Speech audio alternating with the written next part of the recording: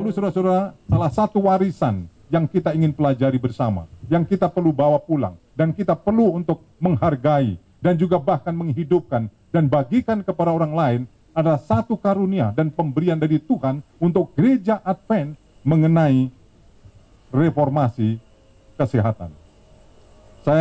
Judul ini sudah datang dari Bapak Cianipar ya.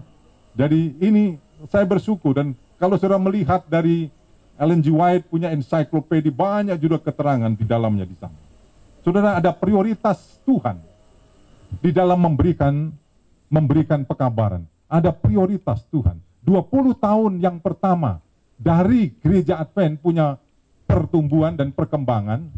20 tahun yang pertama ini adalah prioritas. Ada 3 prioritas Tuhan yang Tuhan pilih dan Tuhan berikan untuk pioner-pioner dari gereja Advent. Yang pertama adalah prioritas yang pertama yang Tuhan berikan antara 1840-an sampai 1850-an adalah mengenai doktrin gereja.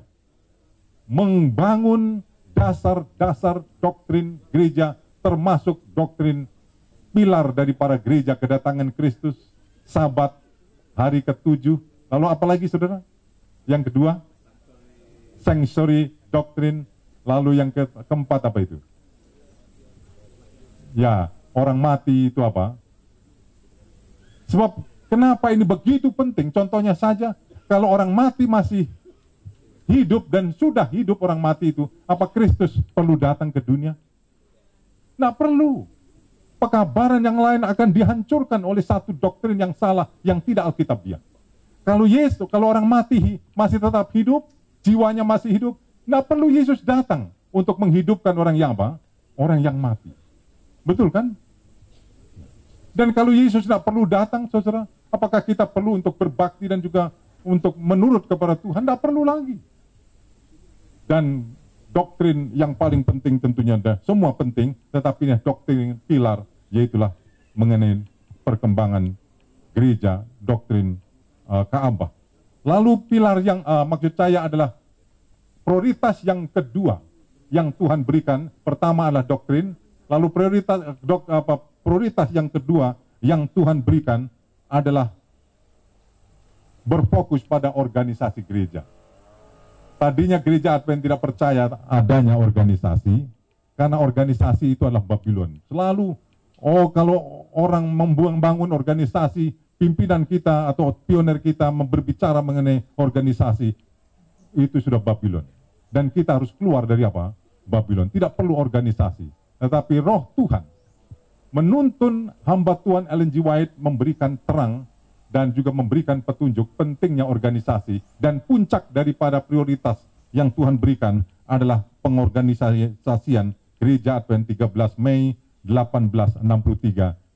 Organisasi General Conference yang pertama, maksudnya diorganisir adalah tahun 63, 18. Kita bersyukur oleh karena adanya organisasi untuk memimpin pekerjaan penginjilan, untuk memberitakan pekabaran malaikat pertama dan kedua, dan yang akan ketiga. Inilah perlu organisasi untuk apa? Untuk membangun Injil bisa disampaikan ke seluruh dunia. Dan perlu organisasi untuk mengaturnya. Organisasi diperlukan untuk mempercepat dan juga mengatur pemberita-pemberita Injil, dan juga mengatur Injil yang sudah apa? Dipersiapkan oleh Tuhan. Lalu yang ketiga, prioritas yang ketiga adalah yang diberikan pada 16 hari setelah peresmian General Conference, yaitu tanggal 16 Mei 1863, yaitulah terang mengenai reformasi kesehatan. Reformasi kesehatan 16 Mei tahun 1863, 16 hari setelah General Conference dibentuk. Latar belakang daripada reformasi kesehatan diberikan, sudah tahu apa latar belakangnya?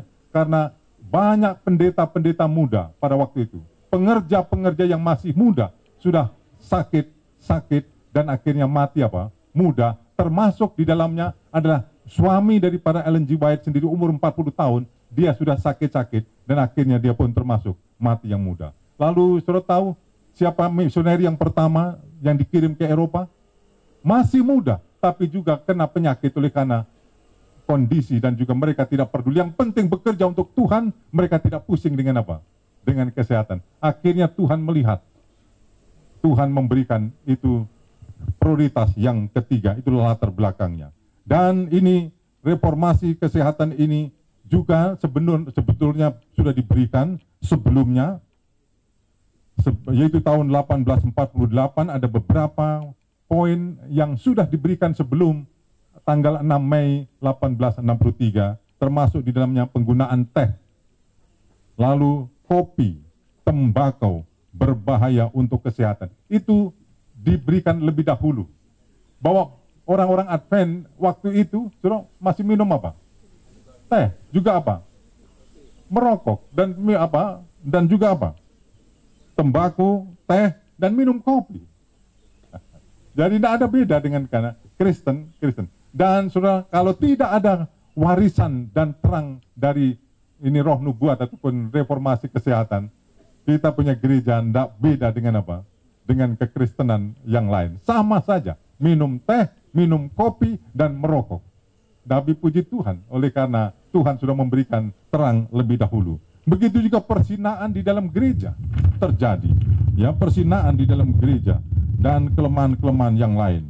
Lalu Ellen G. White memberikan terang yang besar, 3/4 jam khayal Tuhan berikan mengenai reformasi kesehatan, yaitu pada tanggal 18 Juni, 6 Juni pada hari Jumat 1863. Sebenarnya ini terjadinya hari Jumat, tapi Jumat malam tanggal 5, orang memberikan tanggalan tanggal 5, tapi karena sudah tutup Sabat, terang itu diterima, akhirnya ini, maksudnya buka Sabat, jadi dimasukkan dalam apa? 6 Juni 1863. Dan inilah terang reformasi kesehatan yang terbesar yang Tuhan berikan kepada Ellen G. White untuk menerimanya. Dan dari terang yang 2/3 jam ini, 2/3 adalah diberikan untuk memberikan nasihat bagaimana untuk memperbaiki kesehatan dari para suami Ellen G. White, yaitulah James White, yang kesehatannya sudah mulai apa? Melemah. Saya waktu membaca ini luar biasa. Tuhan begitu menaruh perhatian kepada setiap pendeta dan termasuk seperti suami Ellen G. White terhadap kesehatan individu-individu daripada hamba-hamba Tuhan, sehingga dia berikan khusus 2/3 dari para khayal itu untuk memberikan nasihat untuk kesembuhan dan kesehatan untuk siapa? James White. Wah, luar biasa, saudara-saudara. Kita bersyukur, saudara. Itulah sebabnya kepada pendeta-pendeta dan termasuk saya, kita perlu belajar, pelajari, hargai ini reformasi kesehatan dan hidupkan dan bahagikan kepada orang lain. Inilah yang perlu kita pelajari di situ. Lalu 1/3 dari khayal yang Tuhan berikan dari reformasi kesehatan ini untuk gereja secara umum dan juga untuk masyarakat. Jadi yang 2/3 khusus untuk suaminya, yang 1/3 untuk siapa? Untuk umum dan untuk gereja. Dan yang 1/3 yang untuk gereja dan umum ini adalah ada 10 poin, 10 khayal prinsip daripada kesehatan yang sangat penting. Yang pertama dikatakan care of health is a religious duty. Bahwa menjaga kesehatan itu adalah tugas rohani. Apa penting bagaimana mengartikan ini? Itu menjaga kesehatan untuk setiap hamba Tuhan, pendeta-pendeta dan juga anggota-anggota gereja adalah tugas daripada rohani. Salah satu contohnya John Andrews. Dia bekerja untuk Tuhan. Dia menjadi misioneri untuk Tuhan. Tapi begitu tiba di Eropa, tidak lama kemudian istrinya meninggal, anaknya juga meninggal, dan dia sendiri kena TBC. Ellen G. White memberikan nasihat, engkau sedang menghancurkan imanmu. Ya, sementara kamu bekerja untuk Tuhan, tapi engkau sedang menghancurkan akan apa? Imanmu. Ini memberikan gambaran bahwa kesehatan dan juga agama dan iman tidak bisa dipisahkan. Itulah sebabnya di dalam teologi sekolah teologi di sekolah Advent ada Theology of Health. Dan hanya di dalam seminari Advent yang health, kesehatan masuk di teologi. Karena ini memberikan gambaran bahwa tubuh memberikan gambaran dan ikatan yang begitu erat, bahwa hubungan antara tubuh, kesehatan dan rohani itu adalah apa? Begitu erat. Ya. Pengalaman pribadi saya, ya saya sering juga bukan orang yang sudah mengikutinya dengan sempurna. Waktu saya umur 35 tahun, ya saya merasakan saya punya tubuh sudah begitu lemah. Badan saya sudah lebih gemuk dari yang sekarang, perutnya juga lebih besar dari yang sekarang ini juga. Dan pada waktu saya dikirim ke Manila, saya mengikuti program kesehatan dari Public Health, yang setiap pagi jalan dan juga lari. Begitu lari sebentar dan menanjak sedikit, saya punya nafas itu sudah hampir putus rasanya. Tidak kuat lagi. Dan untung saya mengikutinya itu selama 2 tahun ya untuk exercise, dan selama 22 tahun itulah akhirnya kesehatan saya menjadi pulih kembali. Kalau saya tidak mengikuti dan tidak sadar dan tidak juga merubah cara hidup saya sudah lama mati juga. Saya bersyukur oleh karena reformasi kesehatan yang Tuhan memberikan kepada gerejanya. Bagaimana pentingnya kesehatan. Sering kita belajar dan sudah lupa exercise, olahraga contohnya. Kalau kita mau tahan bekerja dan tahan belajar, kita harus apa? Harus olahraga. Waktu saya mengambil juga, kita punya studi yang terakhir.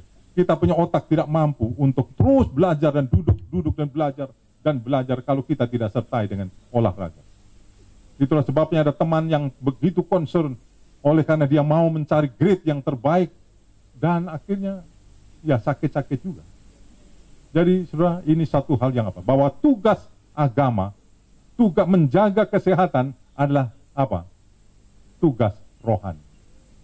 Tugas rohani. Jangan pikir kalau seorang baru olahraga itu senang-senang, tidak. Itu adalah menjalankan tugas agama untuk membangun kesehatan yang diperlukan itu.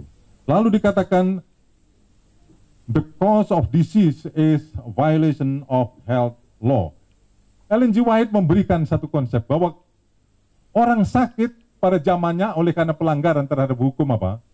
Kesehatan. Pada zaman itu kalau orang sakit katanya virus yang menyerang tubuh.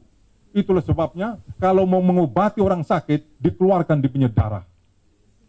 Ya, supaya apa? Di punya virus keluar. Tetapi zaman Ellen G. White sudah mendahului, terang Ellen G. White sudah mendahului pekabaran kesehatan yang diberikan oleh dunia. Bahwa orang yang sehat, yang sakit itu karena apa? Melanggar hukum kesehatan. Dan sebagian besar orang yang sakit karena melanggar hukum apa? Kesehatan. Betul kira-kira? Dunia sekarang mengakui? Ya. Dunia mengakui melalui hasil research yang menggunakan biaya yang begitu mahal. Tapi gereja Tuhan, Ellen G. White, menerima terang ini adalah melalui apa? Ilham yang Tuhan berikan. Melalui ilham yang Tuhan berikan. Kita bersyukur, yang diperlukan bagi kita adalah penghargaan, menghargai, dan juga menghormati ini dia. Pelanggaran. Jadi yang ketiga bahwa dia menyerang, dia menentang banyak sikap dan juga perilaku yang tidak bertarak. Pada zaman itu ada banyak klub-klub pertarakan, khususnya para wanita-wanita, ibu-ibu bergabung di pemerintahan dan di masyarakat untuk membangun atau untuk mendirikan itu, menentang pertarakan. Karena suami-suami mereka itu kalau pulang banyak yang mabuk dan akhirnya ya begitu kejam sampai di rumah, dan akhirnya para istri-istri ini terdorong untuk membangun pertarakan, membangun klub pertarakan supaya suami-suami mereka itu bisa tertolong dan bertarak di dalam hidupnya, tidak mabuk dan tidak dan tidak makan makanan yang membuat orang jadi menjadi tidak baik. Lalu Ellen G. White memberikan pertarakan. Dan konsep pertarakan dari Ellen G. White, dari roh nubuat, lebih tinggi dan lebih sempurna daripada konsep pertarakan pada zaman itu. Sudah tahu apa pertarakan? Ellen G. White punya ajaran. Makan, pilih makanan yang baik, tetapi dengan ukuran yang bagaimana? Yang proporsi yang tepat. Makan pisang itu sehat, betul? Tapi kalau satu sisir satu kali makan, ya menjadi tidak apa? Tidak baik. Itulah pertarakan. Menggunakan yang baik, ya, tetapi dalam proporsi yang bagaimana? Yang tepat. Dan waktu itu belum ada konsep seperti itu. Dan untuk orang Advent dan saudara dan saya, kita diberikan konsep pertarakan ini. Bagaimana menggunakan yang baik, tidur itu baik, tetapi kalau tidur terus juga apa? Ya tidak baik. Ya, tidak baik. Begitu juga hal-hal yang baik yang lain, yang saudara dan saya bisa pilih di dalam kehidupan kita. Tapi kalau sudah melepati dan juga proporsi yang sudah terlalu banyak, akhirnya juga akan apa? Merusak kesehatan. Betul saudara-saudara? Apakah ini satu poin yang berharga kira-kira? Ini saja sudah begitu hebat, sudah begitu berharga untuk diaplikasikan. Lalu yang ketiga, keempat. Di yang ketiga ini disebutkan juga mengenai minuman-minuman yang merangsang, minuman yang membawa stimulan, ketagihan, drink, strong criticism untuk teh dan kopi. Diulang kembali, teh dan kopi. Saudara kita gereja lain, mereka tidak kenal dan tidak tahu bagaimana bahaya teh dan apa? Kopi. Dan orang Advent, kita gereja secara gereja mendapat terang ini tahun 1863 bahwa teh dan kopi itu apa? Tidak baik. Tembakau dikatakan juga disebutkan di sini, dikatakan tembakau ini adalah dikatakan dalam bentuk, semua bentuk daripada tembakau ini dikatakan menjadikan pikiran tidak apa? Tidak bersih, dan ini adalah merupakan satu pembunuh yang paling apa? Yang paling cepat dikatakan, yang paling pasti. Lalu yang ketiga adalah makanan yang dia punya bumbu terlalu apa? Banyak. Ellen G. White sampai begitu detail. Spices, food dikatakan, bumbu yang terlalu banyak. Lidah kita biasanya bagaimana kira-kira kalau nggak ada bumbu? Tiap mau cari makan biasanya yang kita cari yang bagaimana kira-kira? Kita cari makan yang bagaimana? Di mana ada makanan dijual di tempat ini, ada restoran yang apa yang pertama disebut? Yang enak. Lalu yang sehatnya di mana kira-kira? Belakangan. Selalu yang dicari mana yang enak ya? Yang di mana untuk kita punya selera. Dan yang enak ini biasanya adalah apa? Yang spices tinggi, begitu. Yang bumbunya apa? Tinggi. Dan inilah yang juga harus dilatih supaya kita membangun atau kita membiasakan makanan yang apa? Yang tidak berbanyak, tidak terlalu banyak bumbunya. Yang kita harus utamakan kalau kita mau mencari makanan, kita harus rubah. Reformasi kesehatan itu dimulai di mana, saudara? Di mana? Ya, di pikiran. Diputar, bukan yang sehat yang pertama, bukan yang enak yang pertama, tapi harus ditempatkan di sini yang apa? Yang sehat yang pertama. Mulainya dari sini. Ya. Lalu habis itu di mana? Dimulainya? Di dapur. Di dapur. Siapa yang akan memulai reformasi kesehatan di situ? Ya ibu. Ayah itu dan anak-anak tergantung ada sama apa? Dikatakan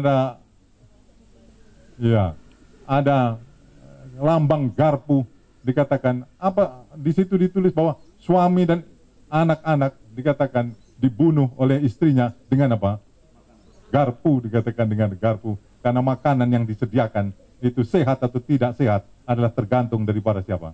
Dapur yang dimasakkan. Jadi saudara, kita perlu untuk menghargai ini dan kita perlu mengaplikasikan bagaimana cara mengaplikasikannya ini.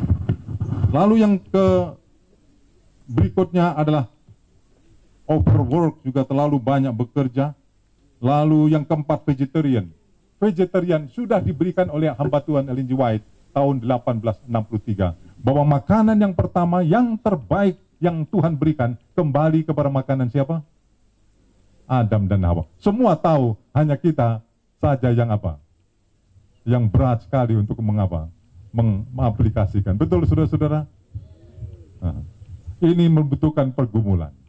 Dan kita harus belajar dan belajar dan belajar. Yang perlu dikasih pelajaran apanya kira-kira? Ya lidahnya, lalu masaknya. Ada banyak orang yang ada satu pendeta yang saya ingat dulu, dia vegetarian tapi darah tinggi dan akhirnya kena stroke. Sudah tahu kenapa? Dia vegetarian tapi makan telur 1 hari 3. Karena katanya untuk mengganti apa? Daging yang dia tidak makan. Jadi gantinya daging, dia makan apa? Telur 3. Karena dia tidak belajar. Dia pikir yang penting apa? Sudah vegetarian, tidak makan daging dan tidak makan apa? Ada yang vegetarian, lalu jadi lemes, tidak apa? Ya karena tidak ada protein yang dimasukkan. Ya, tidak ada protein dan juga karbohidratnya pun juga tidak cukup. Itulah sebabnya perlu belajar dan belajar. Lalu yang ketiga adalah proper diet habits. Yang disebut adalah untuk menjaga appetite. Apa yang menjadi 2 hal yang perlu dijaga, saudara-saudara, sehubungan dengan selera makan ini? Yang pertama adalah makan di antara apa? Jam makan. Ellen G. White yang sudah memberikan. Kalau saya baca ini bukan berarti saya yang sudah apa? Mengikuti semua. Marilah kita baca dan kita ikuti, kita tahu mana yang terang yang menjadi warisan untuk gereja Advent supaya kita bisa apa? Tahu. Jadi makan terlalu banyak lojo, dan 2 makan yang apa? Dimakan di jam makan. Kira-kira betul kira-kira ini? Makan di jam makan. Ada orang untuk menghindari supaya tidak usah makan di antara jam makan, dia makan terus supaya di antara tidak ada. Jadi dia makan terus menerus. Jadi antaranya itu diisi dengan makanan juga di situ. Tapi inilah yang menjadi apa?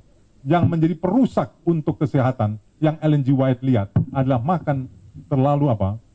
Gelojoh dan makan di antara jam makan. Begitu detail hamba Tuhan. Tuhan begitu concern untuk hal-hal yang kecil-kecil yang berkaitan dengan kita punya apa? Kehidupan.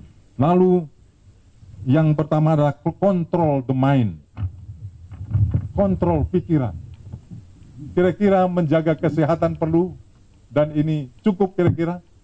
Kalau kita atur kesehatan kita, makanan kita, minuman kita yang sudah begitu baik, lalu kita olahraga, sudah cukup kira-kira menjamin kesehatan? Ellen G. White mengatakan satu yang sangat penting, yaitulah apa? Pikiran. Ada orang makanannya sudah begitu bagus, diatur, kok bisa kena kanker? Sudah tahu apa waktu dicari tahu penyebabnya? Ibu itu mengalami apa? Stres, terlalu berat. Jadi pikiran pun sangat apa? Sangat penting. Bagaimana untuk menjaga pikiran supaya tidak stres dan juga bisa mampu untuk menanggung hal-hal yang menjadikan orang stres? Apa caranya? Ya, memuji Tuhan. Memuji Tuhan. Ada doa yang bisa mengubah everything. Segalanya bisa diubah oleh doa. Doa yang bagaimana? Sudah tahu. Di dalam Mazmur 22 ayat yang keempat, Tuhan hadir di atas puji-pujian. Jadi lebih banyak memuji Tuhan dan menyanyi memuji Tuhan, rupanya itu bisa apa?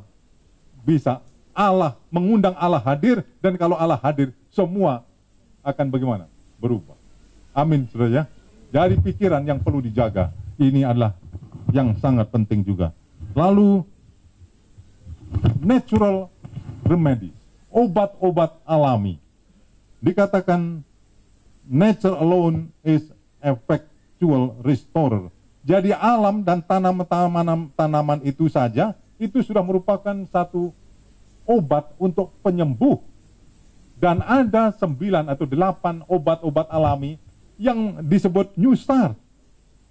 Ini sudah diberikan oleh hamba Tuhan tahun 1863. Gereja Advent kaya.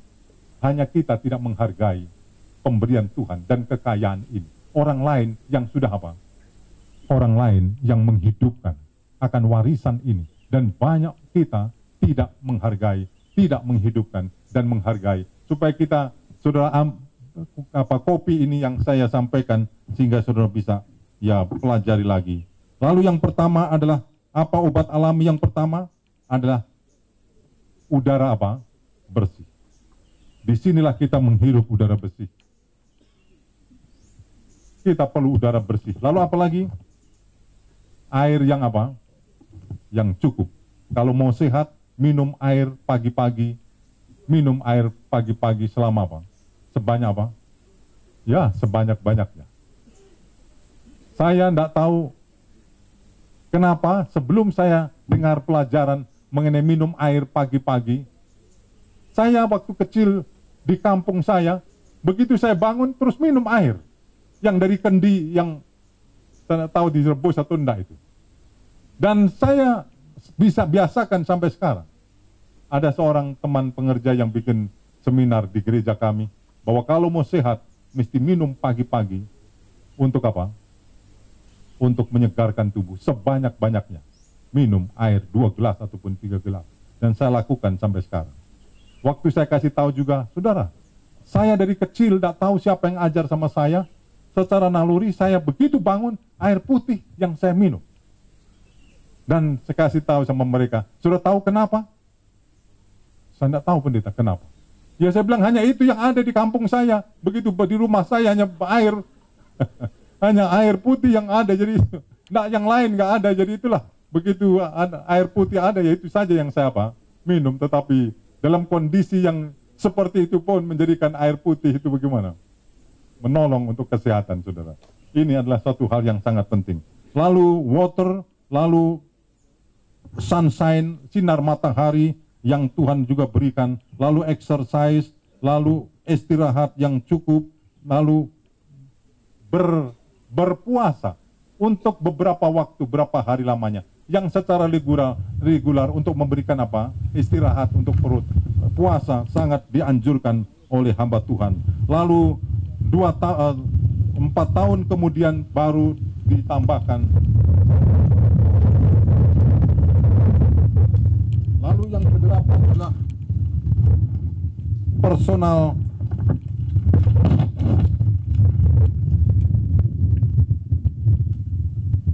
ya, kebersihan secara tubuh. Kebersihan tetap secara tubuh. Ellen G. White sangat concern untuk kebersihan. Bangsa Israel juga pun sangat concern terhadap kebersihan. Bayangkan waktu bangsa Israel berkemah, berapa lama? 40 tahun lamanya. Di mana mereka buang kotoran? Kalau dibuang di sembarangan tempat, itulah yang terjadi wabah. Wabah penyakit yang membunuh begitu banyak orang-orang Eropa oleh karena mereka tidak concern untuk kebersihan lingkungan. Membuang kotoran manusia di sembarangan. Lalu bangsa Israel bagaimana mendapat petunjuk dari Tuhan? Di mana? Digali. Ya, digali lalu ditutup kembali bersih. Dan Ellen G. White pun concern kalau membangun rumah pun harus ada apa? Yang bersih. Dan aplikasi untuk waktu sekarang bukan hanya bersih tubuh, tetapi bersih juga apa? Pikiran dan hati. Pikiran dan hati. Lalu environment concern, itu yang ke-9, adalah kita perlu untuk lingkungan bersih dalam ya membangun atau rumah dan sebagainya. Lalu yang ke-10 adalah health education, pendidikan kesehatan untuk anak-anak kita, untuk keluarga kita. Dan sekarang Ellen G. White memberikan tujuan. Apa tujuan reformasi kesehatan diberikan? Apa tujuannya? Tujuannya dari reformasi kesehatan adalah untuk equip, untuk memperlengkapi orang-orang Kristen, anggota gereja untuk apa? Misi rohaninya. Jadi reformasi kesehatan ini diberikan kepada anggota gereja dulu dan juga sekarang untuk melengkapi dalam menjalankan misi gereja. Apa misi gereja, saudara? Memberitakan Injil. Untuk memberitakan Injil. Memperlengkapi. Jadi kalau memperlengkapi kita harus lakukan lebih dahulu, kita harus praktekkan lebih dahulu, barulah kita diperlengkapi untuk apa? Untuk dibahagikan kepada orang lain. Kepada orang lain. Dan ada 3 dasar tujuan untuk reformasi kesehatan sehubungan dengan pemberitaan akan Injil. Ini adalah untuk prinsip kemanusiaan. Tujuan reformasi diberikan kepada gerejanya, kepada anggota gereja, untuk prinsip kemanusiaan. Yaitu apa ini? Untuk meringankan beban penderitaan orang lain. Beban penderitaan masyarakat. Beban penderitaan akan orang-orang yang mengalami penderitaan. Saudara lihat, ada seorang wanita yang sudah 12 tahun mengalami pendarahan yang tidak bisa ada harapan untuk disembuhkan. Kemana saja pun tidak bisa disembuhkan. Apa yang dilakukan oleh Yesus? Wanita itu datang kepada Yesus, lalu apa? Menjamah akan jubah daripada Kristus. Lalu Yesus menyembuhkan pada waktu itu juga. Begitu sempurna dan begitu instan dalam penyembuhan. Begitu juga dalam Lukas, di dalam Yohanes pasal 5 ayat 5 dan sampai 6. 35 tahun orang menunggu, seorang lumpuh yang menunggu di kolam apa? Bethesda. Siapa? Orang Yahudi beragama? Mereka beragama, orang Yahudi? Beragama, agama Judaisme. Tapi apakah mereka punya compassion, punya belas kasihan? Begitu Yesus melihat orang yang 35 tahun lamanya, tidak ada pertolongan dari tempat lain. Lalu Yesus menyembuhkan orang yang 35 tahun menderita itu. Dan akhirnya Yesus memberikan contoh bahwa gereja dan agama yang benar adalah agama yang turut merasakan penderitaan daripada siapa? Orang lain. Kata compassion. Dan inilah satu hal yang sangat penting yang membedakan perawat-perawat Advent dan perawat yang bukan Advent. Waktu saya bikin ceramah di Lampung, tahun berapa itu ya, waktu itu masih di Unai, ada rumah sakit yang baru dan begitu lengkap dibangun oleh organisasi yang lain di Lampung, sehingga banyak kita punya pasien dari rumah sakit Advent pindah kemana? Ke rumah sakit yang baru ini. Jadi mengalami krisis oleh karena kekurangan pasien. Tetapi setelah 6 bulan kemudian atau lebih, akhirnya pasien itu dari rumah sakit yang mewah dan yang bagus itu pindah lagi, kembali lagi ke rumah sakit apa? Advent. Dan waktu ditanya, sudah tahu apa yang menyebabkan? Pelayanan yang berbeda. Dan apa itu pelayanan yang berbeda?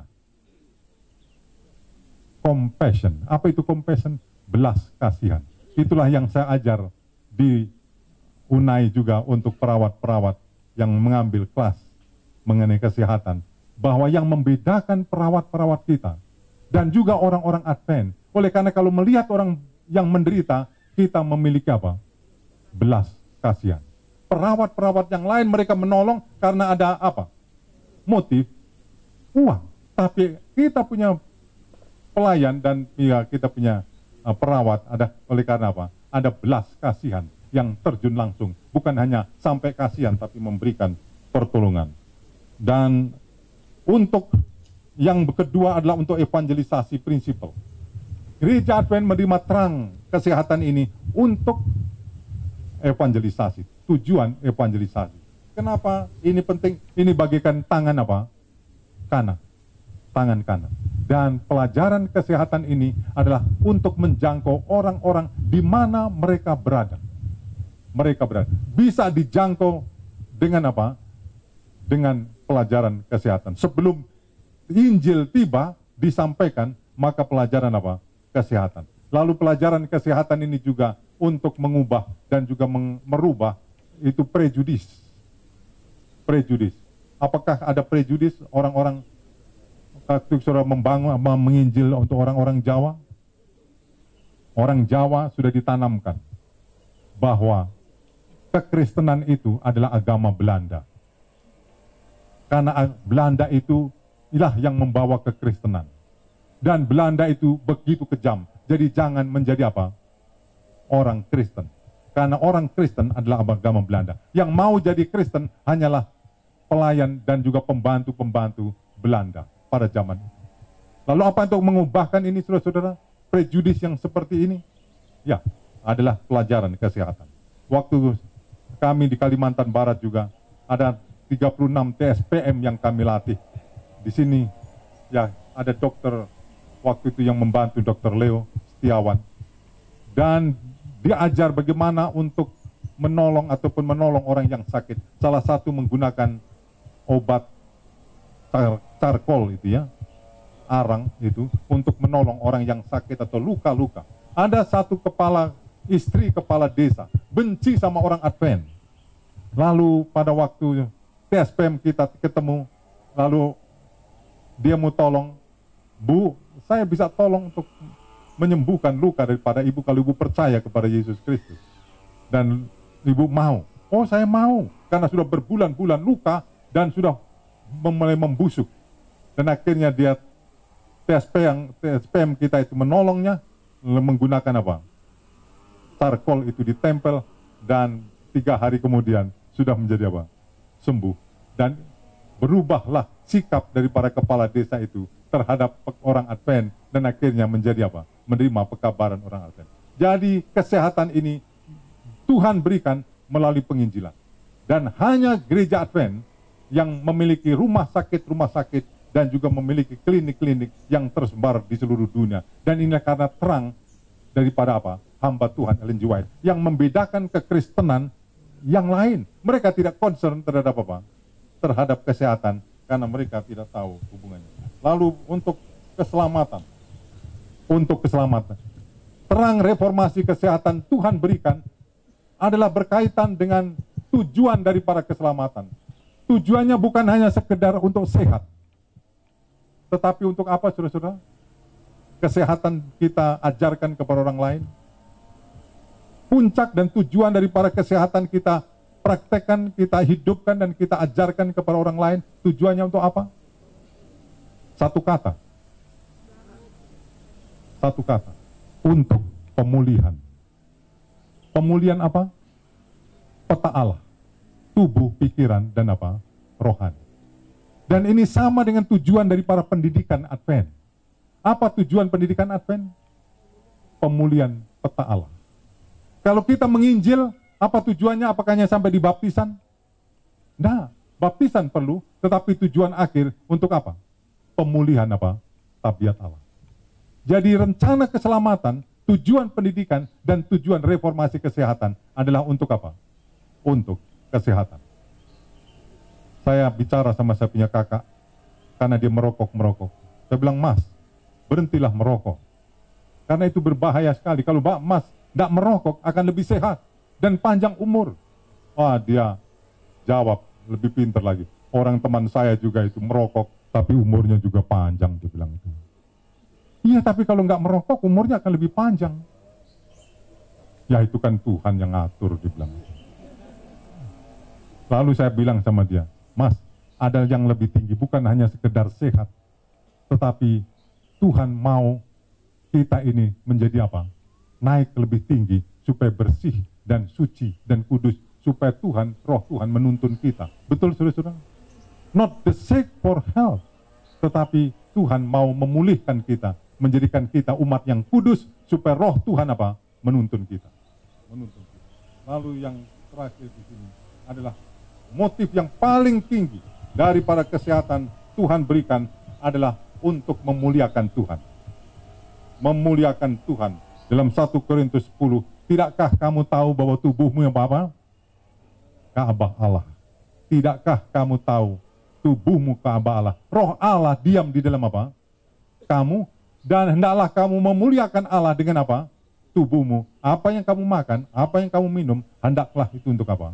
Untuk kesehatan bagi tubuhmu. Dan Yesus katakan, jangan dipisahkan.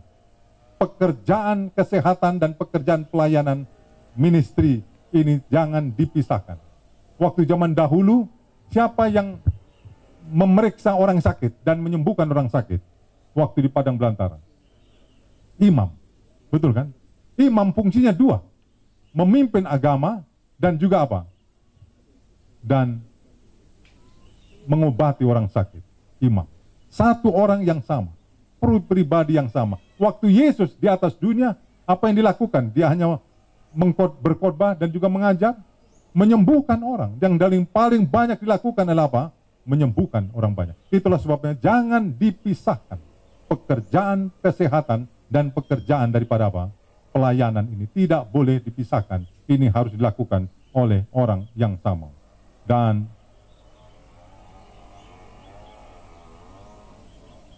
setiap anggota, Ellen G. White menasihatkan supaya kita melakukan pekerjaan medical missionary work yang simple, yang sederhana. Dan inilah yang perlu kita belajar dan belajar. Dan marilah kita kita tahu, kita mengetahui, kita mempelajari kembali, dan kita menghargai reformasi kesehatan ini, supaya itu menjadi berkat bagi diri kita, dan kita hidupkan, dan setelah kita hidupkan, barulah kita bisa meyakinkan orang lain, dan membagikan kepada siapa? Orang lain. Maka banyak orang yang menderita, yang bisa ditolong, bisa diringankan penderitaannya melalui memberikan pelajaran kesehatan, dan menghidupkan pelajaran kesehatan. Kiranya Tuhan memberkati, menyertai doa dan harapan kami.